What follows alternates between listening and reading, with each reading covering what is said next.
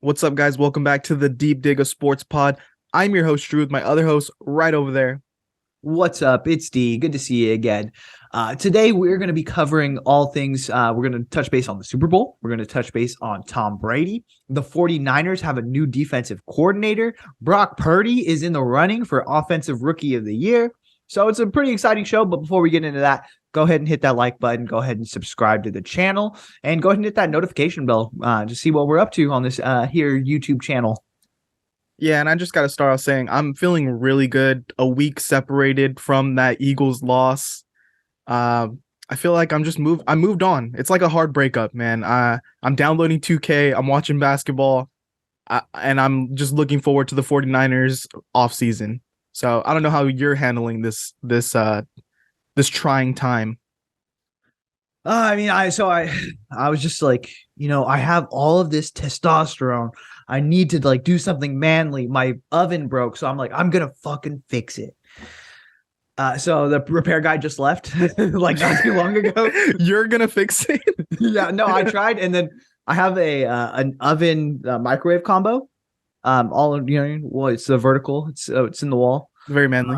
And I while trying to fix the oven, I broke the microwave. So I was like, fuck it, I gotta call somebody. So now like I'm feeling good. It is basketball season, so that's cool, but there's also some exciting stuff heading around this NFL. What did Josh Jacobs say about the Pro Bowl games? This is shit, or what? Yeah, he said something like that.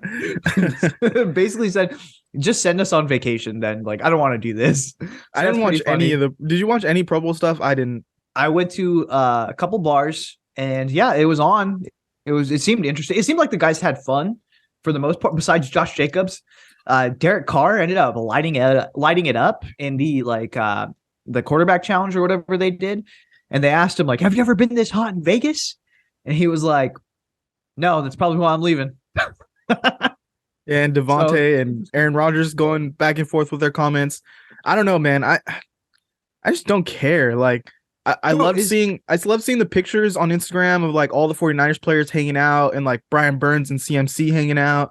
But like all the stuff is just kind of boring to me. Like I watched the clip of Tyler Huntley tearing it up in the skills challenge, and it's just like watching a guy throw a ball from like 20 feet away for 30 seconds. I don't know.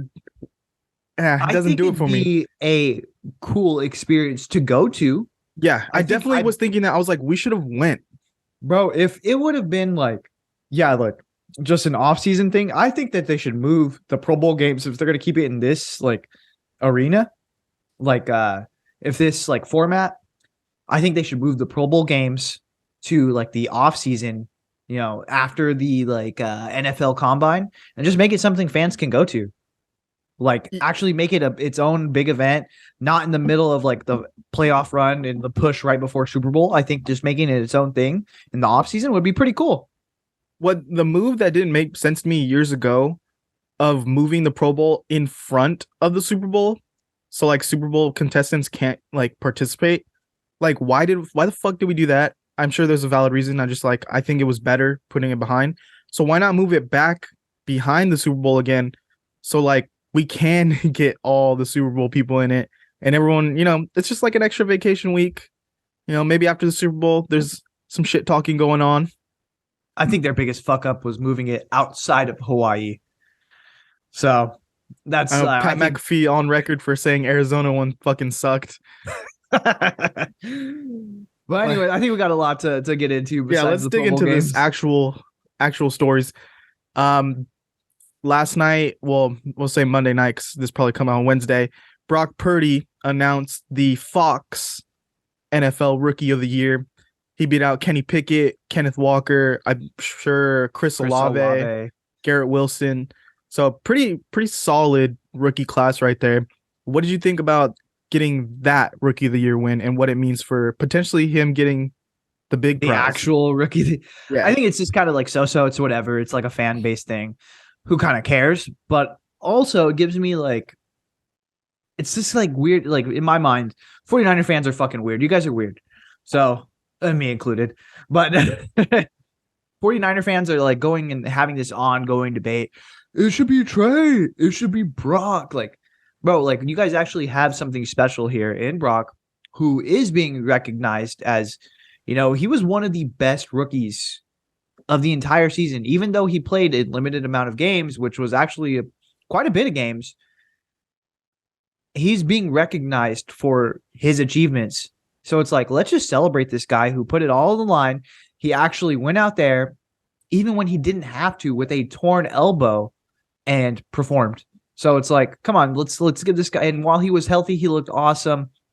I think this gives like kind of credence to like, look at the NFL fans around the league. They all look at Brock Purdy and like, this guy's fucking cool. Like, this guy has an awesome story. He played really well, and we think he deserves some recognition. So 49er fans are like, let's give it up. Come on. Like, it doesn't have, not everything has to be an argument, bro. Like, it doesn't have to be Trey versus Lance, especially right now before, like, how many, 3 months before OTA? So like, let's go ahead and chill down. Let's enjoy this season and what happened. And I think this is a good show of like, the fans around the league think very highly of him. Yeah, he's honestly like one of the fan favorites of the league. I think if the NFL had their choice, they'd definitely say, hey, let's roll Brock Purdy out there as your starting quarterback, 49ers. I'd argue not just he looked like one of the best rookies in the league, he looked like one of the best quarterbacks in the league when he played. For like consistently, he was solid the whole time. I think above 12, like what, top 12, top 10 ish numbers. If we really want to get into it, he looked great in the regular season, and I wish he didn't get hurt, because I would have loved to see him take a spot in the Pro Bowl. I would have watched. If Tyler Huntley could get in there with what, 1 touchdown and 2 picks, Brock Purdy definitely deserved to be in there. But I think this just like you're saying is everyone around the league is loving Brock Purdy. I just like compare it to the Steph Curry situation. It's just a smaller guy, more relatable, underdog story, and what everyone says why Steph Curry like blew up so much is like every kid could look at Steph and say, I can be that, because he's not like huge muscles. He's not crazy tall. They can look at Brock Purdy and say like, I can do that. Like maybe someday that'll be me. And it's just so relatable. And he's such a humble guy that it's hard not to love him unless you love Trey so much that it kind of puts those blinders on. But I think we could say, yeah, your point exactly. Let's celebrate Brock Purdy. And then next season, we can get more into the debate of Trey Lance and Brock Purdy. I'm not saying Trey Lance can't be a franchise guy or doesn't have talent. He's very talented, but right now for this offense, I like Brock Purdy over him. Maybe Trey can prove me wrong next season. So we'll see on that. Yeah, and I just think it's one of those things like we can worry about that in OTAs as like we don't have to, stake our claim immediately. Hey, maybe things do change. Maybe after this surgery, Brock Purdy doesn't look as good. He's not throwing as well. Maybe he has to change his mechanics. Who knows? Like I'm not a doctor. I dropped out of college. So it's just one of those things. Like we just don't know how the surgery is going to go. We don't know. Maybe even Trey looks 10 times better. Maybe Trey looks even worse because he's coming off of 2 surgeries. Who knows? Like we don't know until we get there. So like, why are we going to argue about that right now? Why is everyone going to stake their claim? Let's just go ahead and say what Brock Purdy did in his rookie season was actually really special. And let's celebrate that. Yeah. At least for like a week. Can we give him a week, man? Yeah. Like, and everyone been on his case, nitpicking his stats constantly. Hey, we had a great season. I know everyone's hurt from the Eagles game. Let's move on. Yep. And we'll move on to the defense side of the ball. We know D'Amico's gone. Just came in. Steve Wilks will be the 49ers defense coordinator. And Kasarik is actually staying on staff. So what do you like about these defensive changes going on? And I believe the D-line or the secondary, the passing game coach in the secondary, he's gone. Yeah. So what do you think about all these changes? Yeah, I mean, so I think Steve Wilks is a high-level coach. I mean, we've seen on display just what kind of coach he is. He rights the ship with the Carolina Panthers. He runs the shit out of the ball. He's a very meat and potatoes coach. And we know that he is good enough to be the head guy. I think what happened in Carolina is realistically, the ownership is not very patient. Ownership, like we've seen that they don't want to, hey, let's just stick with a guy who is a professional, who is an adult in the room and can get us where we need to be, and start to build this foundation. They want a big splash. They don't want a Dan Campbell. Yeah, they want to, like, hey, let's bring in a guy almost Brandon Staley-ish in Frank Wright, who hasn't really proved it, who's done well in the offensive coordinator spot, but may be lacking in the head coaching department, but is a bigger name than Steve Wilks. So I think that's what happened there. I really like this move for Kyle Shanahan. I think Wilks is a guy who's going to bring a lot of solidarity into this locker room, and I think that him and Kyle are two guys that could mesh very well together. And I think that it's a huge, huge, huge win to keep Chris Kasarik. I think that he is content. He's even said before that he does want to stay as the D-line coach. Like, he hasn't, like, hey, like, it'd be cool to be a DC, but realistically, my heart is with the D-line. And he actually had the opportunity to move over to the Texans and decided to pass on it and stay with the 49ers. So goes to show you, he thinks it's something special. Yeah, I'm so excited for this defense. I think it's going to continue to be pretty dominant with Steve Wilks. You just look at that Panthers team in the second half of the season. They were motivated. They played some good ball. They didn't have a quarterback, but they definitely had a defense. And it's going to be cool to see him transition from having Brian Burns to now having Nick Bosa, and seeing like what they can do right there with that relationship. And this is a guy who I think in maybe 2 years could jump to a head coaching position. It's weird to me that he didn't have a bigger market, but I guess it was tough. Like, teams are looking for an offensive guy. The job he's leaving is the team he's leaving was a team looking for a head coach, but they wanted to go in a different direction, I guess. And Sean Payton looming, D'Amico being a big candidate for jobs. I think it was just a tough market for this guy. So we're gonna give him a year, give him 2 years, see what he can do with his defense, and he knows coming in that this can boost his job possibility 100%. And I love that Kasarik staying. Look at what he's done with these role player guys, like Kerry Hyder Jr. when he was here before. Amazing. He played way above his talent, went somewhere else, came back, still a solid role player. Ebukam, he's probably going to earn a bag this offseason from being on this line. Omenihu, look at what he's done. Like, when we got Omenihu from Houston, he was just some guy that can rush once in a while on third passing downs. They knew he had some juice to get to the quarterback, but now he's came in, he's looked great. He looks like a starter too. And so we're just going to keep pumping these guys out, hopefully. I'm looking forward to see what we get in the draft and how Drake Jackson progresses into next season. Yeah, and I think that this is kind of the perfect landing spot for Steve Wilks. He's a guy who, I think what they say is, like, good coaches get, the like best out of your best performers, like, some of the time, but great coaches get great performance out of your best players all the time.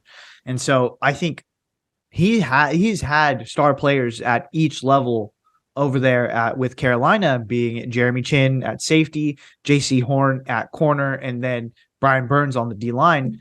And so if he looks around his defense, he's like, there's some talent here. Let's work with this. The D-line is stacked at corner. We'll actually have a lot of young talent who really want to prove themselves. And Hufanga and whoever you decide to put there next to him, whether it be Gibson come back or you draft or you take someone from that we've had previously and maybe bring back Leon O'Neal. You got some gas to this fire here. Yeah, the secondary is going to be the biggest question of this offseason, but I think people are they're stuck on, like, the players that are currently here in the room now. We have a whole free agency. We have a whole draft to get through to see what this secondary room is going to look like going into the offseason. And we already have, like, some guys that were kind of practice squad all year, some really young guys coming back in training camp to compete. And we saw it firsthand in training camp. There was a lot of competition to get on this roster in the secondary. It was kind of wide open. Yeah, like, so I'd be excited to see like who on first impressions, who Steve Wilks actually likes. So a guy that we had seen before who was kind of in the doghouse was Ambry Thomas. Maybe he comes in and he's like, Ambry's a fucking stud. You know what? I actually can work with this guy. He has all the tools. When he was on the field during his rookie season, yeah, he got burnt a couple of times, but realistically, he was in position a lot. I think I could work with this guy. Let me go ahead and take him under my wing. Or maybe a guy like Samuel Womack. Hey, you know what? Samuel Womack has elite ball skills. I really want to work this guy in, not just at the nickel. Maybe I put him opposite Charvarius Ward and really see what he got. So, like, I'm excited to see who he steps in and is like, you're my guy. Like, it's you, and you. Like, I really like you. I think we could develop. So, I'm excited to see that. Yeah, and whether that's well, I like this guy so much, I'm gonna put him in this position, or what if it's like hey, I like Samuel Womack so much, let's try him at safety next to Ufunga. Let's see, because we saw them moving around in preseason last year, and it's just like kind of odd to me how he didn't even play like all the regular season. Yeah, they kind of just, well, maybe he's not ready, but they did the same thing with Demo and Ambry the previous year, until they ran out of guys and they had to throw Ambry Thomas in there. And look what happened. Like, Ambry gets forced to play and he looks like a solid starter. He makes some big plays to get us through into the playoffs. And then this year, Demo, he's kind of forced to play. And by the end of the year, he's looking like a great starting corner. I think he gave up like no touchdowns this season. I don't think he gave up a touchdown. So maybe we just need to... I don't know if it's Kyle in practice thinking like, well, I don't know, I don't trust these young corners, these young safeties. But once we get in the game, like, they're kind of proving them wrong. Yeah. So we'll see, man. I'm hoping we do draft a safety or corner to just throw in the mix. See what comes out. Do you want to get into? There is a game getting played this weekend. Unfortunately, the 49ers won't be a part of it. The Super Bowl. The Chiefs. All right. So the Chiefs and the Eagles. Disappointed that the Philadelphia Eagles won the way they did, but it's still goes down as a win no matter what. I think if they win the Super Bowl, nobody's going to give a shit how they won the championship game. And this is a pretty stacked team. I think really what it's going to come down to, how healthy is Jalen Hurts? Like, we've seen when he took off on scrambles against the 49ers, he was getting up wincing. He did hit his under as far as rushing yards for that game. So is he back to 100% after the week off and coming back? Because I know Patrick Mahomes doesn't care. Like, he was literally limping that entire game. So how healthy is Jalen Hurts going to be? On the other side, I think that, okay, you got a really good performance from a lot of undrafted or late draft picks in that secondary when you're the Chiefs. Can they keep it up? Can they repeat it on the biggest stage, not only in the playoffs, but like this is the entire season? So it's going to be, I think, obviously the Chiefs offense is going to show up. What is that secondary going to do? So I don't know. What are your thoughts on the game? Yeah, I'll flip it the other way with Mahomes and his injury. Yeah, he looked, he got the job done. Travis Kelce is going to be dominant. I don't see anyone stopping him at all. Even though he was a game time decision last game, he should be fine. He should be good to go here. Jerick McKinnon, big X factor for the Chiefs. His role just grows more and more every week. And he just fits in perfectly with Patrick Mahomes. He's doing what Kyle Shanahan wanted him to do here in San Francisco, but obviously it didn't work out. Shit in San Francisco, bro. Like, he should have been out of the league. After San Francisco, it looked like this guy was going to be done. Yeah, but now he's in a situation where he's thriving, and they're probably going to re-sign him and keep him a key part of this offense. Pacheco still there, still running hard. The thing that worries me like constantly about the Chiefs is their outside receivers. Yeah, they got Juju. Kadarius Toney's in the mix now, but he got injured too on in the championship game. Yeah, like, are any of these guys going to step up and like, are there going to be some drops because it's too big of a moment? Are they going to like continue to remain solid like they've been to get the job done? So I'm looking at that. The Eagles side of the ball, the defense of the Eagles, I mean, I give to them. They look great. The defensive line is dominant. If they can get some pressure on Mahomes where he's a little bit hobbled from that injury, look out. Yeah, we complained last week that it wasn't fair because, well, not fair, but it was kind of like, okay, you knew the Eagles were going to win when the 49ers didn't have a quarterback. But props to them. They can win this Super Bowl. I'm not taking anything away from they only beat us because Brock Purdy got hurt. This is a good football team. I love Jalen Hurts. I think he's a franchise guy. I think he could win a Super Bowl. This defense is a Super Bowl worthy defense, and that offensive line is dominant.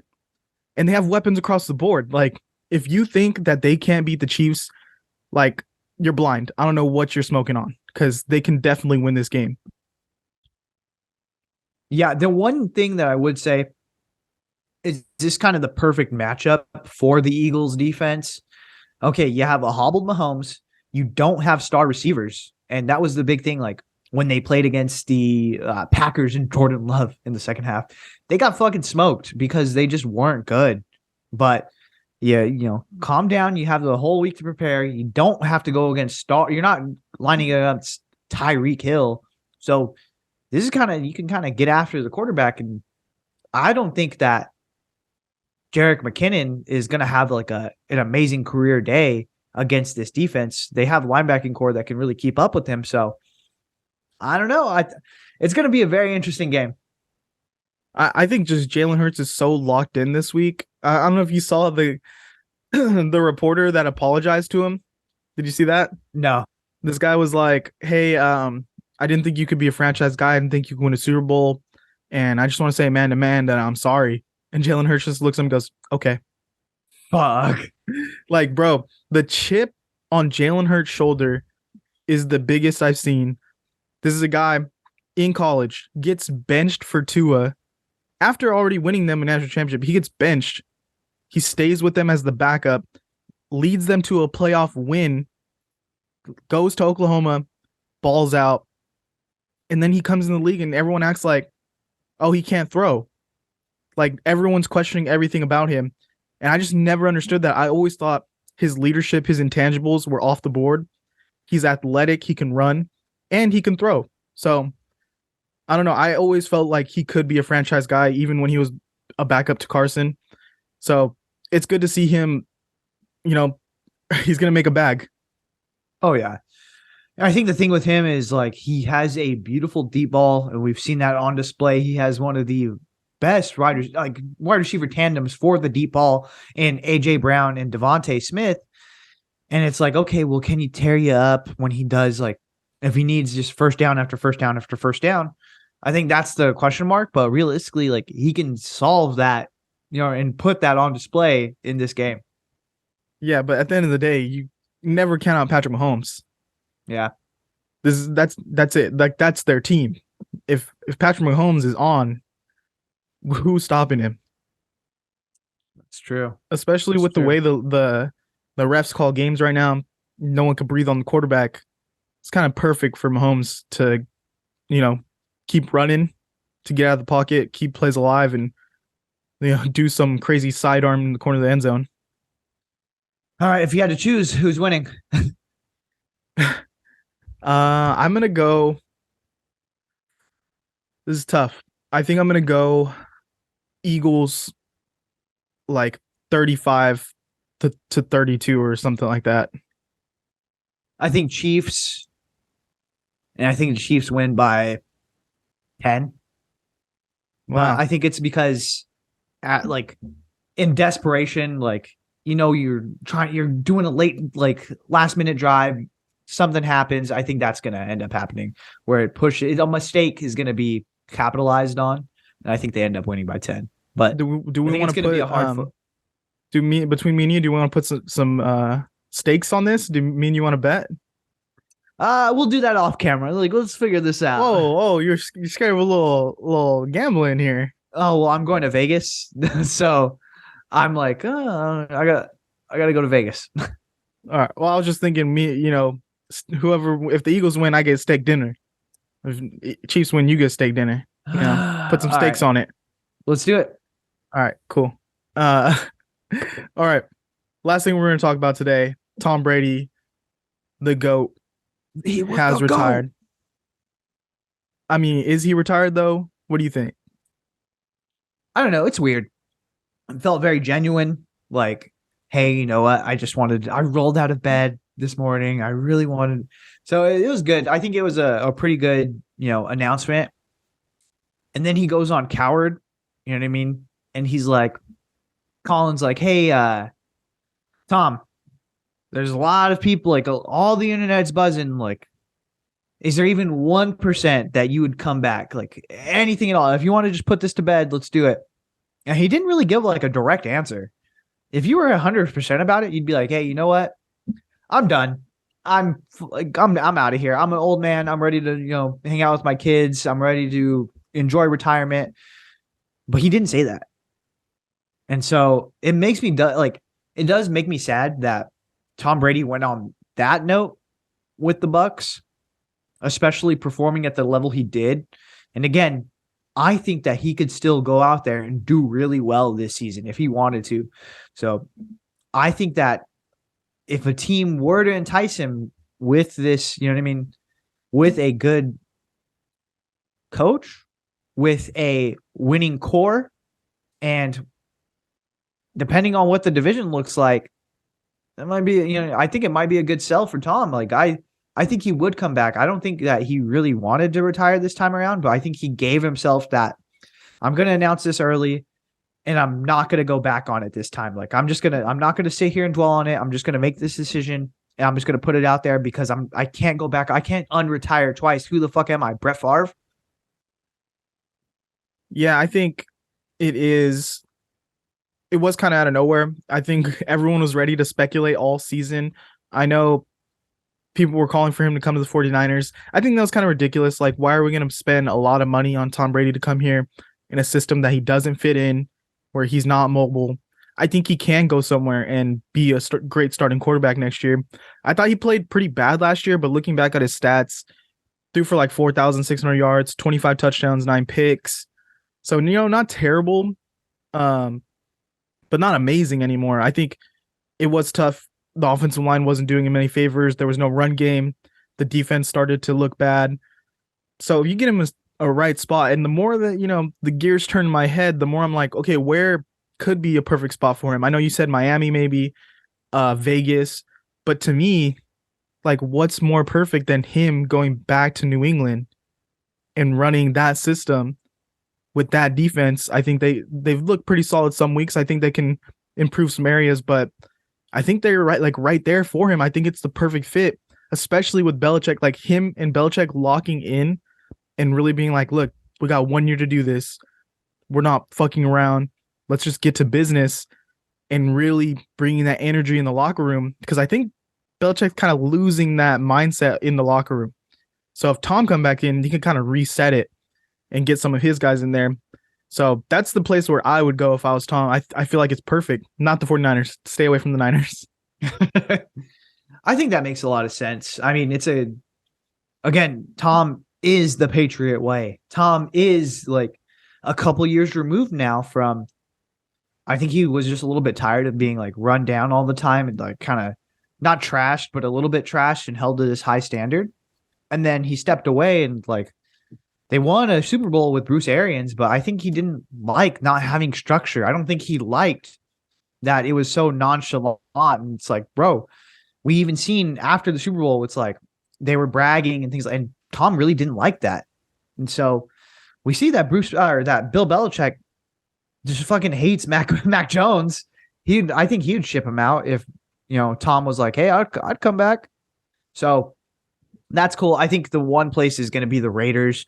The one thing that you have is that bond with Josh McDaniels, a guy he's known forever now, he's sat there with and knows that he could win in this offense. And Josh, you can't tell me that he doesn't need a Mac Jones. He doesn't need a Tom Brady. He doesn't need a Jimmy Garoppolo. That's exactly what he needs with the Raiders, because I don't know, like he's not a big culture guy right now. The Raiders just kind of lost it this year, and people were calling for his job. He needs something drastic, and that would be bringing Tom Brady. Like he wouldn't have to give anything up. Tom Brady's a free agent. If you wanted Mac Jones, you have to trade for Mac Jones. If you want even Aaron Rodgers, you're going to have to give up an enormous haul to get Aaron Rodgers. Like, do you really want to do that? Or you just want to try to get your best friend Tom out of retirement? Like, I think you roll with that. I think that would be like a safer play is like, hey, let me just go in. I'm going to put all the chips on the table and let's try to get Tom and let's do one more ride. Yeah, and it's not like you're getting Aaron Rodgers for like 3 or 4 years, maybe 2 years, because he's still thinking about retirement. So a year of Tom Brady to set in your culture, maybe go on a playoff run. Not a bad. Imagine Tom Brady with Devontae Adams too. I think that'd be pretty good. That back shoulder fade is going to be pretty dangerous. See, not even that. Like the one I was thinking about is Darren Waller. Yep, I was just about to say Darren Waller with him. You don't think that that combo, Tom Brady, Darren Waller, is nasty. Dude, Darren Waller needs to get Tom Brady on a track. Yeah. They need to drop a song, a diss song. A diss against AB. Because they both fucking hate him. Before we go, actually, I wanted to get into this. I don't know if you're following the Broncos' new head coach, Sean Payton, coming out with some fire. This guy, he doesn't give a shit right now. He just he knows he's the guy. Like, yeah, but the thing is, he better win. If he doesn't win, well, how long until they could get rid of Russell Wilson?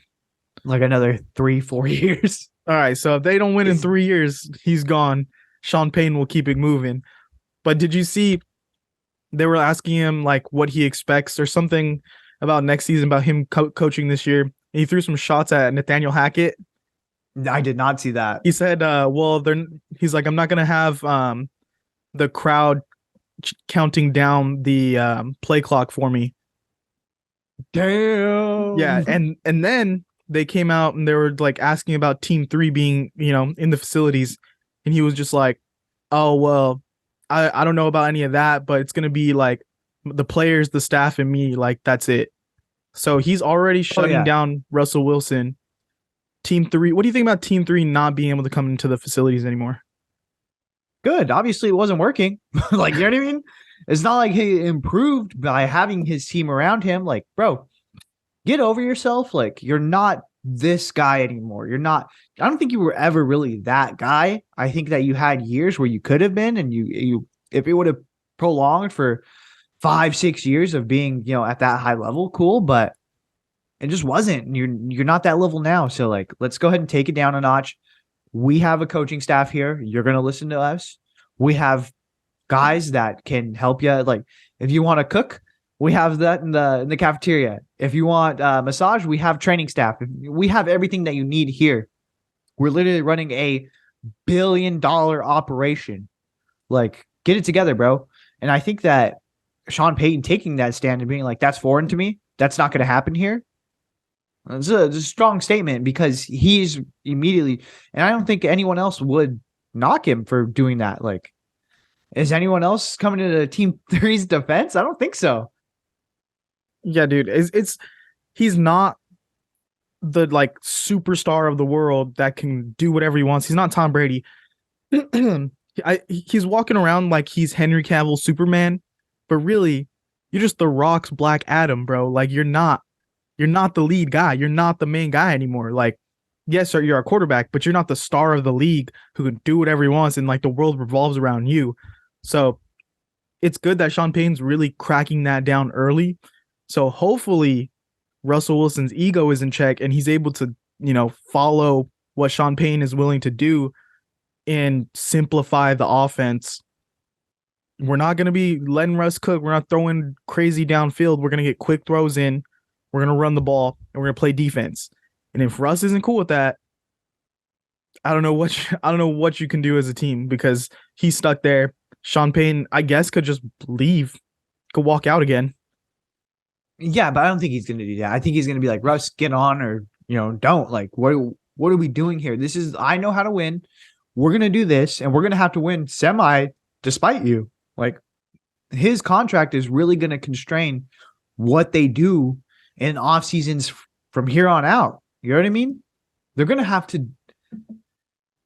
do a wicked job in the off seasons moving forward to really build and cultivate a team, it's going to be tough because this guy has such a hit against the salary cap. And they're going to have to, you're going to have to run the ball, play good defense. But also, as you go on throughout this contract, those pieces are going to be taken away from you. True. I mean, the salary cap is just going up. So maybe that gives them more wiggle room. So is Russell's contract. Yeah. Yeah, we'll just have to see what happens with that going forward. Do you have time for one more quick one? Because I thought of something. Yeah, really quick. Why does no one want to work with the Cardinals? Bro, it's an ass job. It's a Steve Wilks comes to 49ers. I don't know if he was a real candidate. Brian Flores, who looked like Brian Flores was going to take that job. He goes to Minnesota, correct, to be the DC?